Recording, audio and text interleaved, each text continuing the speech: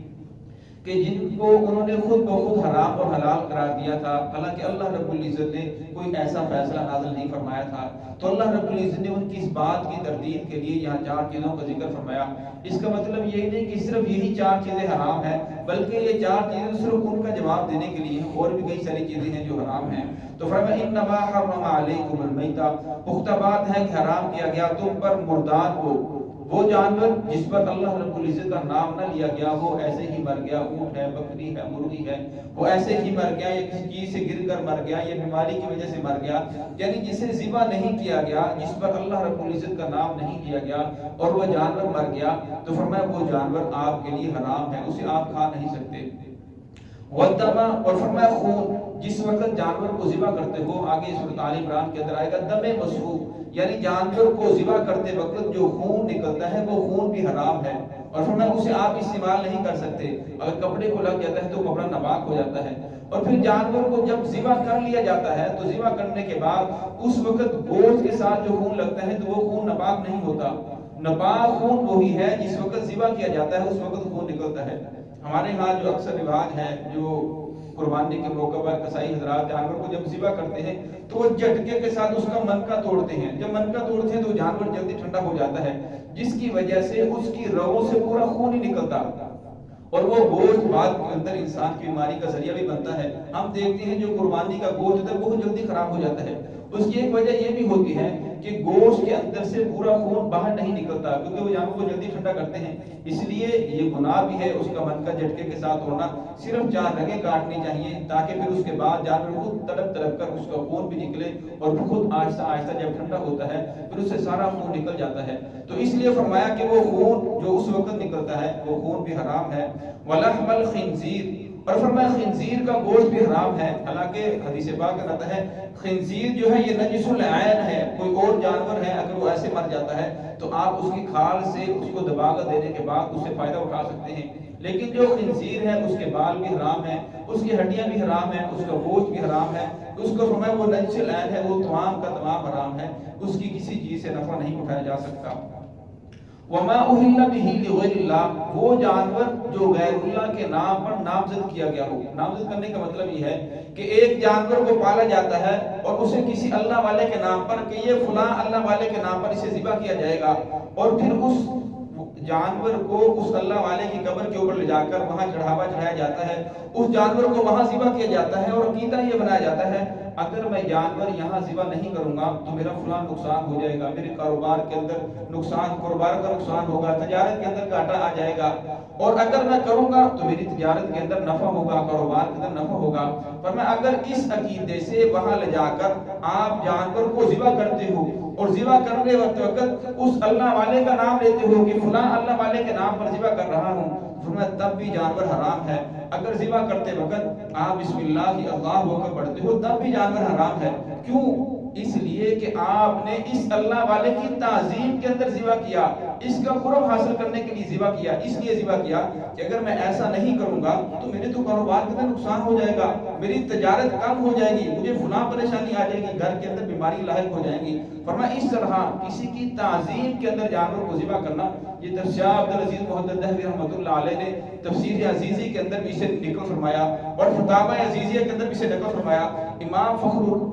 فخر الدین رازی رحمۃ اللہ علیہ نے اپنی تفسیر کبیر کے اندر بھی، تفسیر نیشابوری کے اندر بھی کافی سارے فتاوی اس بات کے اندر موجود ہیں کہ وہ لوگ لات منات عزا کے سامنے جانور کو ذبح کرتے تھے، لیکن آج کل جو مسلمان ہیں بولے والے جنہیں پتہ نہیں ہے، وہ وہاں جانور کو لے جا کر وہاں دربار کے اوپر اللہ والے کی قبر کے اوپر جب وہاں چڑھاوا چڑھاتے ہیں پھر جانور کو ذبح کرتے ہیں۔ اگر تو جانور کو اس لیے سے ذبح کیا جائے، انسان جانور کو ذبح کرتا ہے کہ اس کا ثواب جو ہے فلاں اللہ والے کو پہنچے، فلاں بزرگوں کو پہنچے، فلاں جو ہمارے رشتہ دار ہیں اسے پہنچے، تو یہ تو ٹھیک ہے، سارے ثواب کرنا۔ ایک ہے اس لیے وہاں جا کر ذبح کرتا ہے کہ اگر میں نے ذبح نہ کیا تو مجھے فلاں نقصان ہو جائے گا۔ فرمایا پھر جانور کو ذبح کرتے وقت وہاں بسم اللہ اللہ اکبر پڑھے، اللہ رب کا نام بھی لے، تب بھی وہ جانور حرام ہے۔ اسی طرح جتنی بھی کھانے پینے کی چیزیں ہیں اگر اس نیت سے انہیں وہاں جا کر تقسیم کیا جائے کہ یہ اللہ رب العزت کی نیاز، یہ اللہ والے اس بزرگ کی نیاز ہے، اگر ایسا نہیں کروں گا تو مجھے فلاں نقصان ہو جائے گا، اگر ایسا کروں گا تو اس کا قرب حاصل ہوگا، اس کی تعظیم میں کرتا ہے، فرمایا یہ بھی غیر اللہ کے اندر شامل ہو جائے گا۔ پہلے دور کے اندر ایسا ہوتا تھا جب کوئی بادشاہ باہر سے آتا تو جیسے آج کل 21 توپوں کی سلامی دی جاتی ہے، تو فرمایا وہاں جب کوئی بادشاہ آتا تو باہر شہر سے باہر جا کر کافی سارے بکرے اس کی تعظیم کے اندر ذبح کیے جاتے ہیں۔ پھر بعد کے اندر علماء نے فتویٰ دیا کہ ایسا کرنا یہ اس بادشاہ کی تعظیم ہے، یہ اللہ رب العزت کے نام پر نہیں، اللہ رب العزت کے نام پر ذبح کرو، پھر جتنی مرضی صدقہ خیرات کرو، مثال ثواب جس کو مرضی پہنچاؤ۔ فرمایا ایسا کرنا بھی حرام ہے۔ ایسا کرتے وقت فرمایا بادشاہ کی تعظیم کے اندر آپ جتنے بکرے ذبح کرو گے نام چاہے اللہ رب العزت کا لو، فرمایا تب بھی یہ جانور حرام ہے، تو اس لیے انسان کو اس سے بچنے کی کوشش کرنی چاہیے۔ فمن اضطر غیر باغ، اور فرمایا کچھ موقعوں کے اوپر انسان حرام کھا سکتا ہے، ویسے تو انسان کے لیے حرام کھانا جائز نہیں ہے۔ فرمایا ایک آدمی ہے جو مجبور ہو چکا ہے، ایسی جگہ کے اندر پھنسا ہوا ہے کہ اسے یا تو شراب پینی پڑے گی یا حرام کھانا پڑے گا، اور فرمایا اگر وہ شراب نہیں پیتا یا حرام نہیں کھاتا تو اس کی جان چلی جا رہی ہے، اسے پتا ہے کہ اب میں نہیں کھاؤں گا تو میں مر جاؤں گا۔ تو فرمایا غیر باغ اتنا کھا سکتا ہے کہ جس سے اس کی جان بچ جائے، اگر ایک پاؤ سے اس کی جان بچ سکتی ہے تو وہ 1.5 پاؤ نہیں کھا سکتا، ایک شٹانگ سے جان بچ سکتی ہے تو 2 شٹانگ نہیں کھا سکتا۔ فرمایا جس سے اس کی جان بچ جائے، ولا عاد، فرمایا وہ لذت کے لیے نہ کھائے، پیٹ بھر چکے لذت کے لیے کھا رہا ہے، ولا عاد، اور حد سے تجاوز بھی نہ کرے، فرمایا جتنی اس کو ضرورت ہے ضرورت کی بقدر کھا سکتا ہے، تو فرمایا فلا اسم علیہ، پھر اس آدمی کے اوپر کوئی گناہ نہیں ہے۔ اسی طرح جس طرح آج کل بعض مرتبہ انسان بیمار ہو جاتا ہے، کوئی ایسی بیماری لاحق ہو جاتی ہے، حکماء اطباء فرماتے ہیں کہ آپ اس حرام چیز کو کھائیں گے تو تب آپ کی بیماری کا علاج ہوگا۔ تو فرمایا بعض مرتبہ نزلہ ہو جاتا ہے، زکام ہو جاتا ہے، ہلکی پھلکی بیماری، اس کے لیے آپ حرام نہیں کھا سکتے۔ ہاں کوئی ایسی بیماری ہے آپ کو پتا ہے اگر میں حرام استعمال نہیں کروں گا، اور تمام ڈاکٹر حضرات اطباء حضرات یہی بتا رہے ہیں کہ آپ کو یہ حرام استعمال کرنا پڑے گا ورنہ آپ کی جان چلی جائے گی، پھر انسان بقدر ضرورت جان بچانے کے لیے اس حرام کو کھا سکتا ہے، تو فرمایا پھر اس پر کوئی گناہ نہیں ہے۔ ان الذين يكتمون ما انزل الله، فرمایا بے شک وہ لوگ جو چھپاتے ہیں ما انزل اللہ، اس چیز کو جو اللہ رب العزت نے نازل کیا، انہیں پتا ہے قرآن پاک کے اندر یہ بات موجود ہے، حدیث کے اندر یہ بات موجود ہے، باقی آسمانی کتابوں کے اندر یہ بات موجود ہے، وہ صرف پیٹ کی خاطر، چند ٹکڑوں کی خاطر بات کو چھپا دیتا ہے، لوگوں کے سامنے بیان نہیں کرتا، یا بیان کرتے ہیں تروڑ مروڑ کے، یعنی حق کو بالکل واضح نہیں کرتا، اور فرمایا پھر اس کی وجہ سے اسے چند ٹکے ملتے ہیں، ایسا فتویٰ دینے کی وجہ سے چند پیسے